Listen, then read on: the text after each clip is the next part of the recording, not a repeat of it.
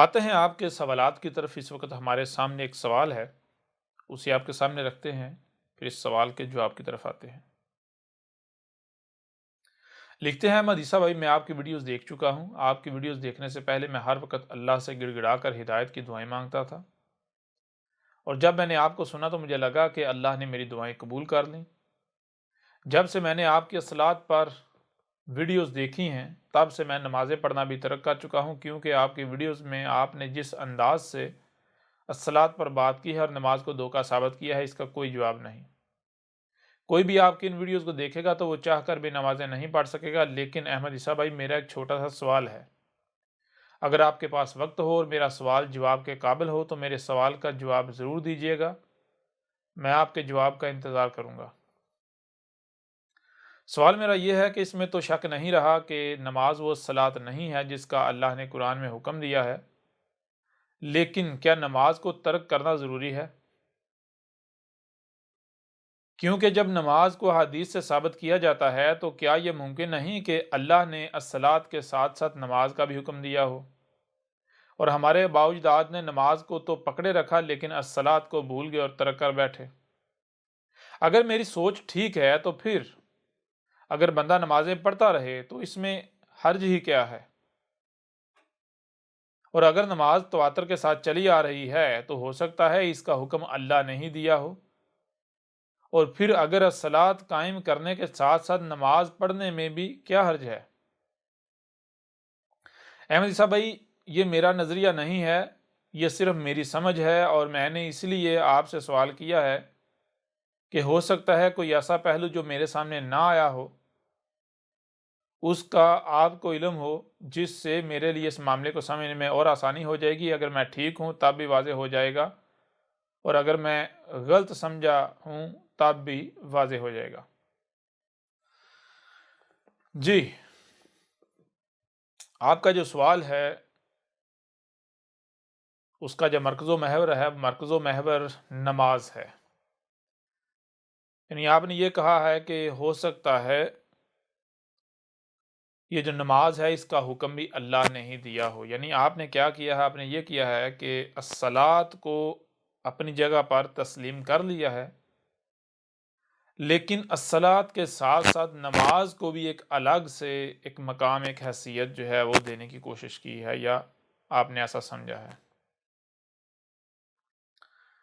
آپ کا کہنا یہ ہے کہ اس میں کوئی شک نہیں، الصلاۃ وہی ہے جسے آپ نے واضح کیا ہے، لیکن ہو سکتا ہے کہ یہ جو نماز ہے اس کا حکم بھی اللہ نے ہی دیا ہو۔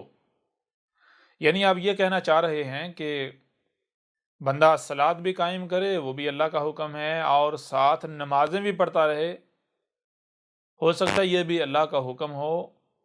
ویسے بھی اگر الصلاۃ قائم کی جائے اور اس کے ساتھ نمازیں پڑھی جائیں تو نمازیں پڑھنے سے کیا حرج ہے؟ یعنی کیا فرق پڑتا ہے؟ تو میرے پر بھی اس کا بہت ہی آسان اور مختصر جو جواب ہے وہ جواب یہ ہے کہ سب سے پہلی بات تو یہ ہے، میں آپ سے سوال کرتا ہوں کہ کیا آپ نے اپنے رب کو جان لیا ہے، پہچان لیا ہے؟ اگر نہیں جانا، نہیں پہچانا، تو پھر سب سے پہلے آپ اپنے رب کو جانیں، رب کو پہچانیں، کیونکہ جب تک آپ کو اپنے رب کے بارے میں علم نہیں ہوگا تب تک آپ ہدایت نہیں پا سکتے۔ تب تک آپ اپنی خواہشات کو ہدایت کا نام دے کر ان کی اتباع کرتے رہیں گے، اور اسی خوش فہمی میں مبتلا ہوں گے کہ میں اپنے رب کی غلامی کر رہا ہوں، لیکن حقیقت اس کے بالکل برعکس کچھ اور ہوگی۔ ایسا میں نے اس لیے کہا ہے کہ اگر آپ کو یہ علم ہوتا کہ رب کیا ہے، رب کون ہے، تو آپ کبھی بھی اس غلط فہمی کا شکار نہ ہوتے۔ آپ جو نماز ہے اس کے بارے میں یہ نہ سوچتے۔ ایسا کیوں کہا میں نے؟ ایسا اس لیے کہا کہ دیکھیں، جب آپ اپنے رب کو جانیں گے، رب کو پہچانیں گے، تو پھر آپ کے اوپر یہ بات بالکل کھل کر واضح ہو جائے گی کہ جو رب ہے وہ کچھ بھی کرتا ہے تو وہ بغیر حق نہیں کرتا۔ بغیر حق کا مطلب کیا ہے؟ رب کوئی بھی کام کرتا ہے، کوئی بات کرتا ہے، کچھ کرنے کا کہتا ہے تو اس کا کوئی نہ کوئی مقصد ضرور ہوتا ہے۔ رب کوئی بھی کام کرتا ہے، کچھ بھی کرتا ہے تو وہ بے مقصد نہیں ہوتا، وہ با مقصد ہوتا ہے۔ تو کوئی بھی ایسی شے، کوئی بھی ایسی بات، کوئی بھی ایسا کام جو بے مقصد ہو، اس کے بارے میں یہ سوچنا، یہ سمجھنا یا یہ کہنا کہ ہو سکتا ہے اس کا حکم رب نے دیا ہو، یہ رب کے اوپر بہت بڑا بہتان ہے۔ نہ صرف رب کے اوپر بہت بڑا بہتان ہے، بلکہ بندہ اپنے اس عمل سے، اپنے اس قول سے یہ اعلان کرتا ہے کہ مجھے ابھی تک اپنے رب کے بارے میں ہی کوئی علم نہیں ہے۔ کیونکہ اگر آپ کو اپنے رب کے بارے میں علم ہوگا تو آپ ایسی بات کریں گے، آپ کے اوپر تو واضح ہوگا کہ میرا رب کوئی بھی ایسا کام کرنے کا حکم نہیں دے سکتا، کوئی بھی ایسا کام کرنے کا نہیں کہہ سکتا جو کہ بے مقصد ہو، جس کا مقصد ہی کوئی نہ ہو۔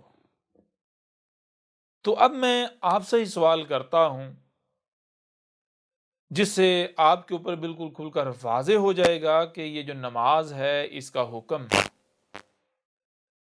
جو رب العالمین ہے اس نے دیا ہے، یا پھر یہ خرافات میں اس کا شمار ہوتا ہے۔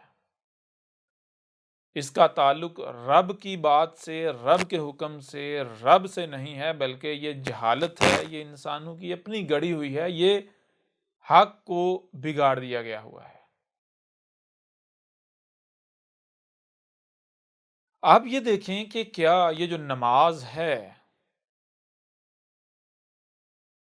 اس کا کوئی مقصد نظر آتا ہے؟ یعنی مثال کے طور پر یہ نماز پڑھی جاتی ہے، آپ نماز پڑھتے ہیں تو اس کے پڑھنے کا فائدہ کیا ہے؟ اور اگر نہیں پڑھی جاتی تو اس کا نقصان کیا ہے؟ اگر یہ بامقصد ثابت ہو جاتی ہے، یعنی کہ اس کے نہ پڑھنے سے نقصانات نظر آتے ہیں اور پڑھنے سے فائدے نظر آتے ہیں، نقصانات سے نقصانات کے آگے بند بنتا ہے، تو پھر تو بلا شک و شبہ یہ رب کا ہی حکم ہے، نہ کہ ہو سکتا ہے جی رب نے حکم دیا ہو، رب نہیں کہا ہو۔ اگر یہ بامقصد ثابت ہو جاتی ہے تو یہ رب کا ہی حکم ہے، اور اگر یہ بامقصد ثابت نہیں ہوتی تو پھر آپ خود فیصلہ کر لیں، مجھے یہ بتانے کی ضرورت ہی نہیں ہے کہ رب نے کہا ہے یا نہیں کہا۔ اگر آپ مجھ سے پوچھتے ہیں تو میں نے تو ہر لحاظ سے، ہر پہلو سے کھول کھول کر واضح کر دیا ہے کہ یہ جو نماز ہے یہ بالکل بے بنیاد اور بے مقصد ہے، یہ بالکل فضول عمل ہے، یہ جہالت ہے، اس کا حق کے ساتھ کسی قسم کا کوئی تعلق نہیں ہے، بلکہ یہ نماز کیا ہے؟ یہ نماز الصلاۃ کے نام پر الصلاۃ سے ہی غافل کر دینے والا عمل ہے۔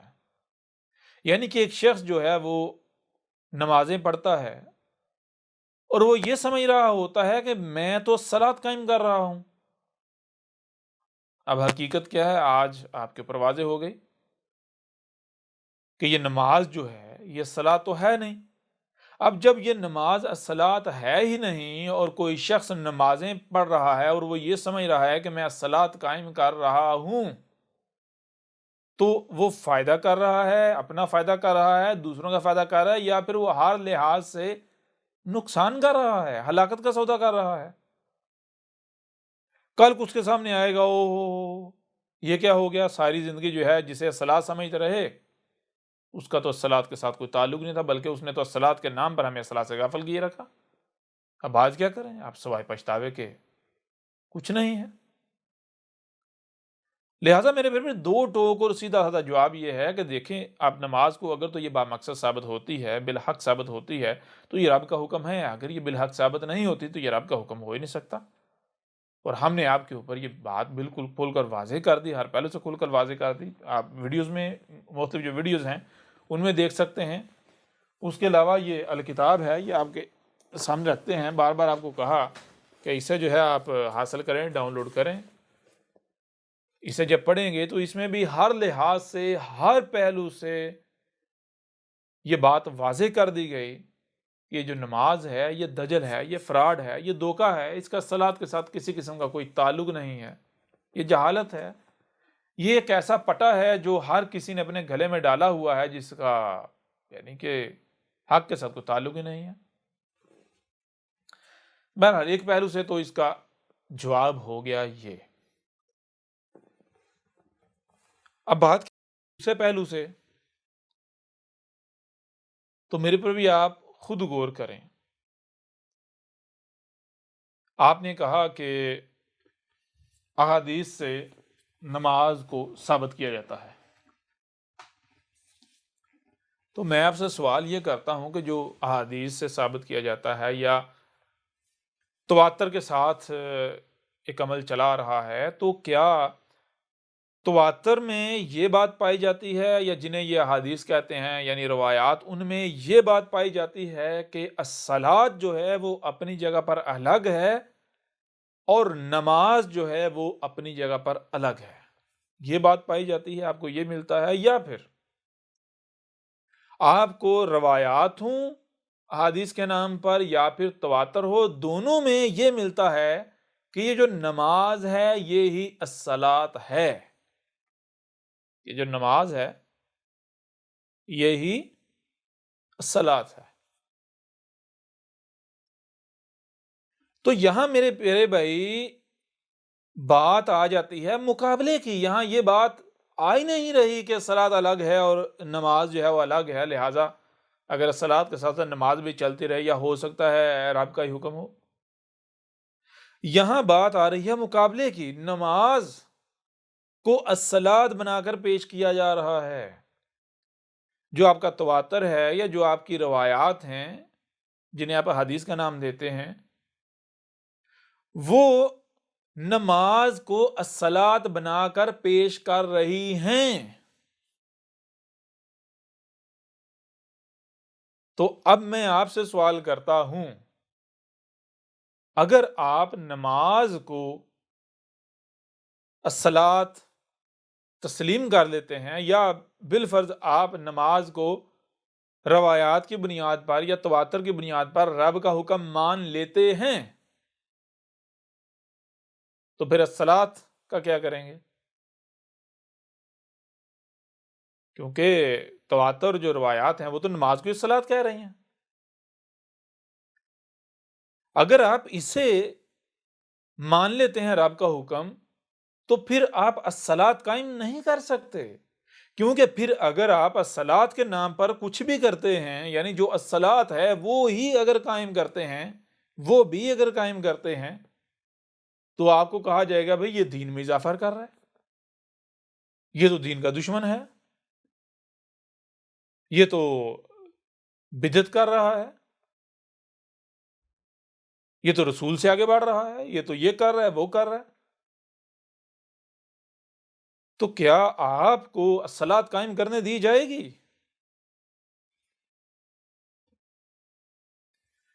الصلاۃ اور نماز یہ مشترکات نہیں ہیں، یہ دونوں ایک دوسرے کی ضد ہیں۔ نماز حق نہیں بلکہ باطل ہے، اور باطل کبھی بھی حق کو برداشت نہیں کرتا، باطل کبھی بھی حق کے ساتھ نہیں چل سکتا۔ اس پہلو سے بھی یہ بات بالکل کھل کر واضح ہو جاتی ہے کہ نماز بالکل بے بنیاد، فضول اور جہالت ہے، اس کا حق کے ساتھ کوئی تعلق نہیں، یہ حق کی دشمن ہے۔ اس پہلو سے بھی یہ بات آپ کے اوپر بالکل کھل کر واضح ہو گئی۔ اب اس کے علاوہ اگر آپ نے مزید جاننا ہے، آپ نے کہا آپ نے ویڈیوز دیکھی ہیں، تو صرف ویڈیوز ہی نہیں ہیں، بلکہ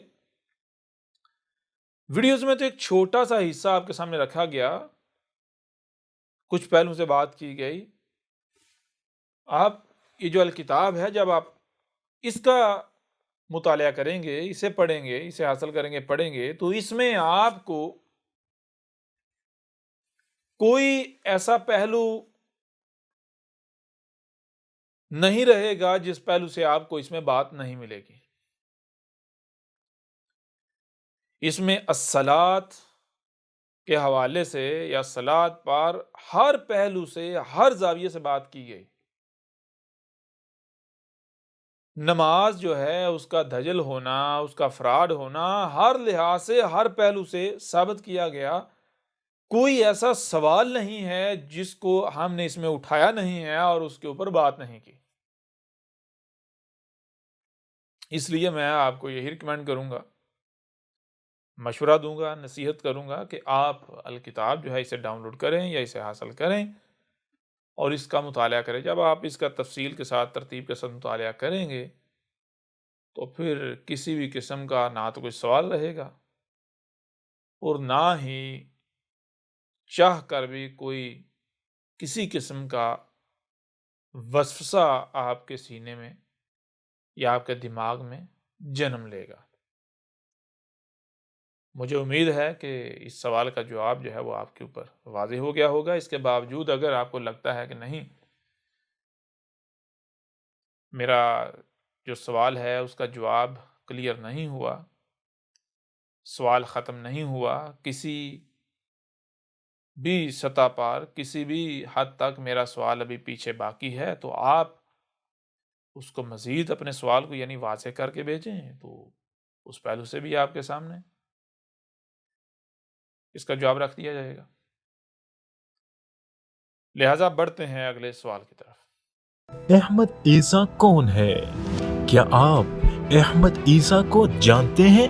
احمد عیسیٰ وہ ہے جس نے ان باتوں پر سے پردہ اٹھایا ہے جس پر آج ہر کوئی اختلاف کر رہا ہے۔ حق اور باطل کی پہچان اب انتہائی آسان۔ آج ہی الکتاب کو ڈاؤن لوڈ کریں۔ مزید ویڈیوز کے لیے احمد عیسیٰ کے یوٹیوب چینل کو وزٹ کریں اور چینل کو سبسکرائب کرنا مت بھولیے گا۔